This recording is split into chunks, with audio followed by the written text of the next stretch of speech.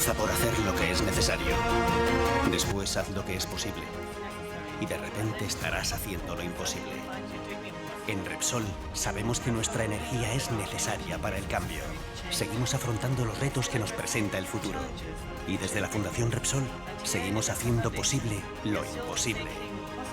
Dar lo mejor a la sociedad con proyectos pioneros que impulsan la transición energética y el desarrollo social. Reforestaciones a gran escala para impulsar el mercado de compensación de emisiones en España. Rehabilitación ecosostenible de viviendas en entornos vulnerables para un uso eficiente de la energía.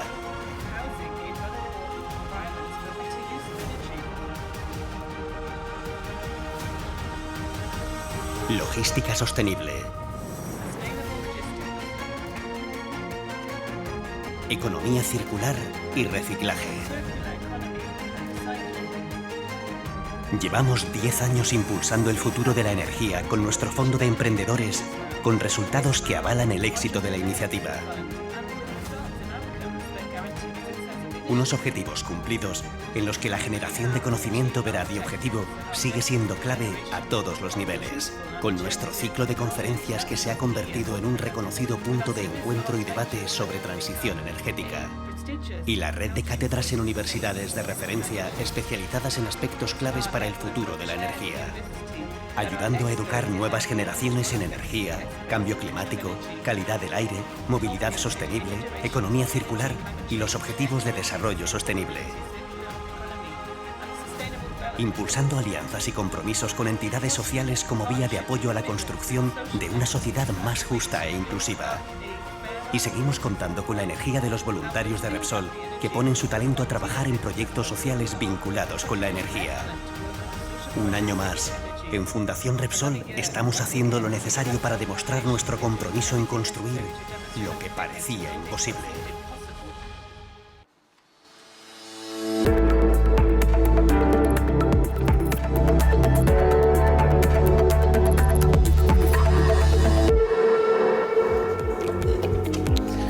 ¿Qué tal? Muy buenos días, bienvenidas, bienvenidos, muchas gracias por asistir a la presentación de la Comunidad Digital en Transición Energética Open Room. Es la iniciativa de la Fundación Repsol para promover el debate sobre la transición hacia un nuevo modelo energético. Hoy nos reunimos aquí no solamente quienes estamos de forma presencial en esta sala, también aquellos de ustedes que participan en modo online. Son más de 2.300 inscritos de más de 20 países. Permítanme que empiece por presentarme. Soy Vicente Vallés, periodista. Llevo ya más de 30 años apasionado por la comunicación, pero hoy estoy aquí además apasionado por el tema del que nos vamos a ocupar, la transición energética. Vivimos una época en la que la transición ecológica es no solo una necesidad que reclaman cada vez más voces en todos los sectores de nuestra sociedad, también es una realidad que ya hoy mismo se está produciendo. Existe una conciencia mayor sobre los riesgos enormes, sobre los efectos nefastos que el cambio climático puede suponer para el planeta.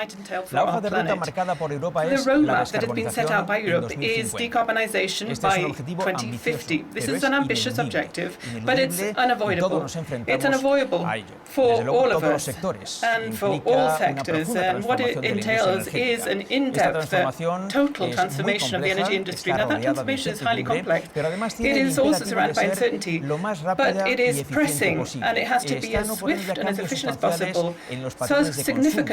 Y ese es un reto enorme para todos los sectores productivos. Hablamos del transporte, de la movilidad, de la construcción, de la alimentación, también de la industria, y esto solo por nombrar a los que están bajo los focos y viviendo ya de hecho una evolución imparable. Dentro de este contexto que rodea una transición energética hacia la neutralidad en carbono, Fundación Repsol impulsa la iniciativa que nos reúne para ampliar esta visión, to give us a better view of this issue, we have Joshua John Imas with us. He's the CEO of Repsol. He's going to be talking to us about the transformation of the company, about the acceleration of the decarbonisation process for the company's asset, and the net zero emission commitment for 2050. It's time for us to listen to Joshua John Imas more about the Repsol strategy.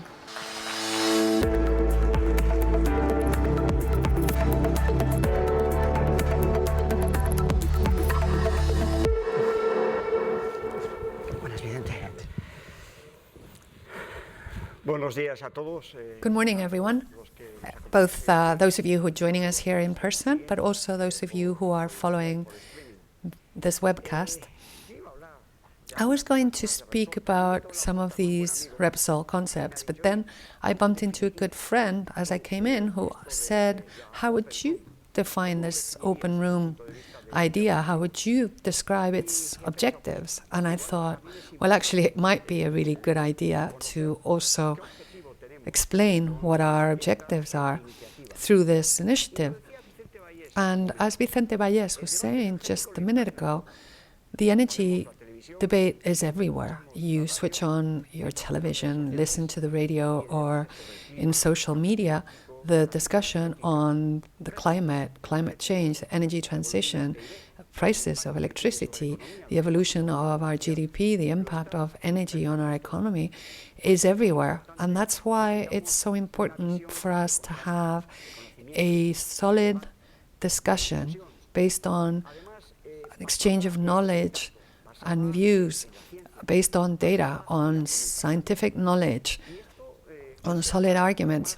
And this also needs to happen by bringing together different sources of knowledge. And this is really the basic objective of Open Room, which is an initiative which is led by the Repsol Foundation, but it is not just Repsol Foundation's initiative. It brings together a lot of different actors who are extremely valuable to a discussion like this one. Foundations, think tanks, business schools, academia.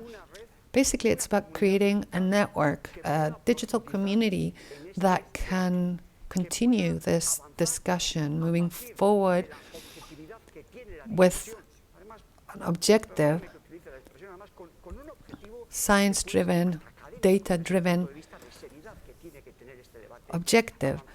This needs to be a serious academic debate so that we can move forward with our energy transition. Of course, this doesn't come out of nowhere. You might think this is an ambitious objective, but it's actually already based on concrete steps, because the Repsol Foundation has been establishing a network of university chairs. So there's already a significant academic network, and we've had a series of events. So we already have a community that's out there wanting to take part in this discussion and to contribute to this discussion. And also, of course, becoming the node for other networks of knowledge like foundations, academia, business schools.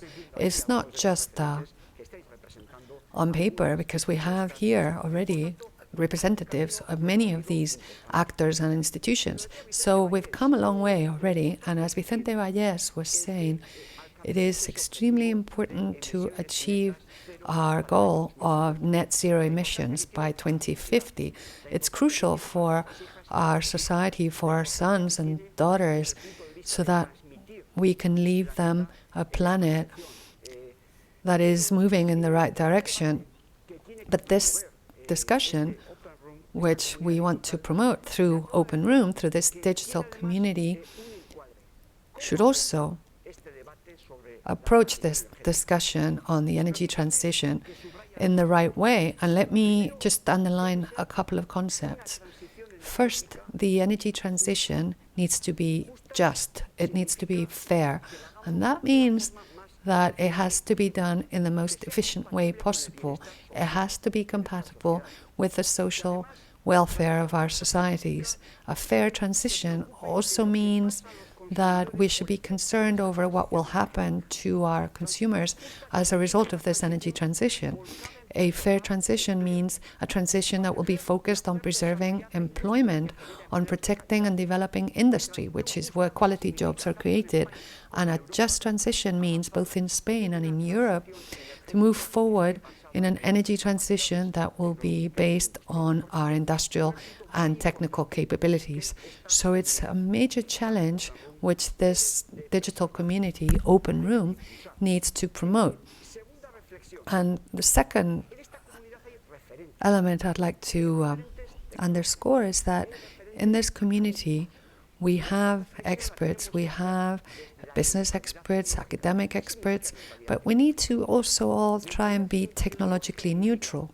What does that mean? That means that this challenge, this climate ambition, this energy transition challenge in front of us is so vast, is so enormous, it requires so much effort that we cannot leave any technology behind. Science always operates from a basic premise, which is humility.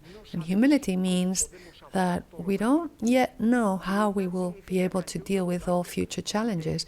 And when there's new data, new findings, new facts, we have to question everything. We have to analyze everything from a scientific perspective. And humility means that we have to make sure that all technologies will contribute to this effort.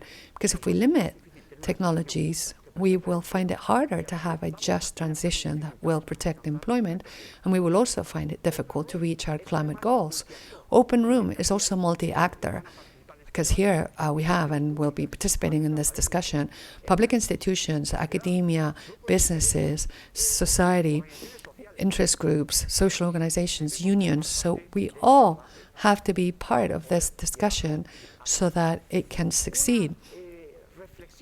And there's another point to make, which is that it's digital. Of course, that's obvious. It's called Open Room, and it's all going to be very digital. But I'd like to say something about what it means in this context. It also means that it's open and it's interactive, and that information is shared, exchanged, as is innovation, and that's how knowledge emerges. Digital means all of that.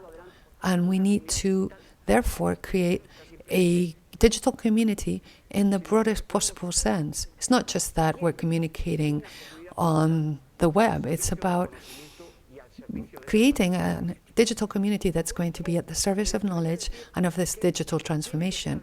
And finally, I would also add that Open Room also has to be multifactorial. It has to consider all drivers. Of course, I'm always talking about technology because that's my background, but we also have to consider financial aspects, regulatory aspects, social aspects, industrial, environmental aspects. So it needs to include all of these aspects and areas.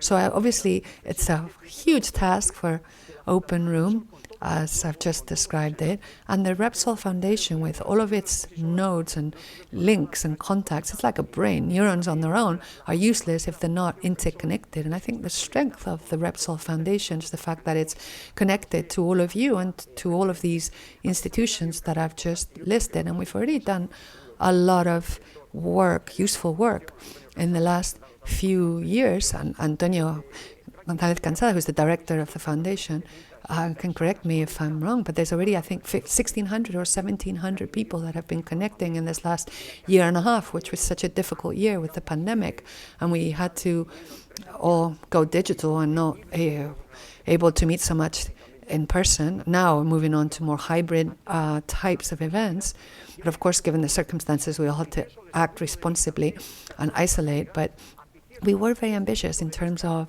the number of people we wanted to reach, and we managed to reach, and also of the topics that were discussed and analyzed. But ambitious, again, going back to what I was saying at the beginning, and as Vicente Valles was also saying, in terms of providing reflection, knowledge, and an objective discussion in an area which is crucial and vital for our societies, an energy transition which will serve the aims of this organization, the aims that I've described, but also serve consumers compatible with the well-being and the welfare of our societies while serving industry, employment, economic activity, so that we can have a fair transition which will also be sustainable socially, a transition which will preserve the social equilibrium in Spain and in Europe. Thank you very much for taking part in this event.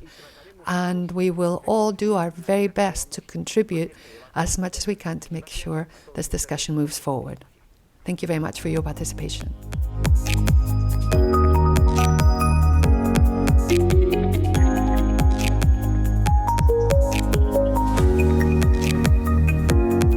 gracias, Josu John, por la visión que nos has ofrecido. Me he quedado con un mensaje específico de la transición justa, el empleo de calidad y lo de la tecnología, que creo que lo has apuntado con especial intensidad, dadas tus circunstancias. El tema de la tecnología. Muchas gracias. Bien, como ven, hoy contamos con algunas de las voces más relevantes de la transición energética para escuchar en primera persona lo que tienen que aportar en este tema tan complejo, tan apasionante también y de tanta actualidad. Lo haremos con el objetivo de compartir visiones y compartir conocimientos. Y eso exactamente es Open Room, una comunidad digital de personas con interés en la transición energética que pueden aportar diferentes visiones para impulsar un proceso justo, inclusivo, que apueste por las capacidades y la competitividad de Europa. En Open Room se van a debatir y se van a compartir diferentes visiones sobre cómo abordar los retos del futuro en materia de energía y de transición hacia una economía descarbonizada. Y lo harán expertos de diferentes ámbitos, entre los que se encuentran representantes de empresas, representantes de la administración pública, académicos y de otras instituciones de la sociedad civil, tanto en el ámbito nacional como en el ámbito internacional. Pero además de mis palabras, quiero también mostrarles un vídeo que explica muy bien esta iniciativa. En Fundación Repsol tenemos un desafío: lograr una transición energética justa, inclusiva y sostenible. Por eso ahora presentamos Open Room, una comunidad digital de debate y conocimiento. Un lugar para el diálogo, abierto y riguroso, que nos permita construir el presente y el futuro de la transición energética. Con la participación de la comunidad científica, las empresas, las instituciones y las personas más influyentes del ámbito público y privado en el mundo de la energía. Un espacio para promover de forma independiente y objetiva la divulgación de la información, para compartir el conocimiento y hacerlo accesible al conjunto de la sociedad, prestando especial atención a la investigación y al desarrollo de la innovación tecnológica, que nos permitirá acelerar esa transición para cumplir con el desafío de la descarbonización. Porque cada tonelada de emisión de CO2 que podamos reducir o compensar cuenta. Regístrate ahora en Open Room y únete al desafío para lograr una transición energética justa, inclusiva y sostenible.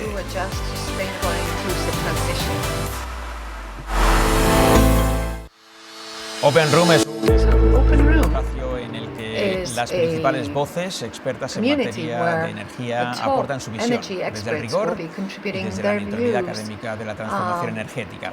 Son precisamente esas voces académicas, expertas, las que vamos a escuchar en el siguiente bloque. Una mesa redonda que reúne a los directores de las cátedras Fundación Repsol en transición energética en 5 de las universidades más prestigiosas del país. Damos la bienvenida, en primer lugar, a Mariano Marzo Carpio, catedrático emérito de la Universidad de Barcelona y director de la cátedra Fundación Repsol sobre transición energética en esa universidad.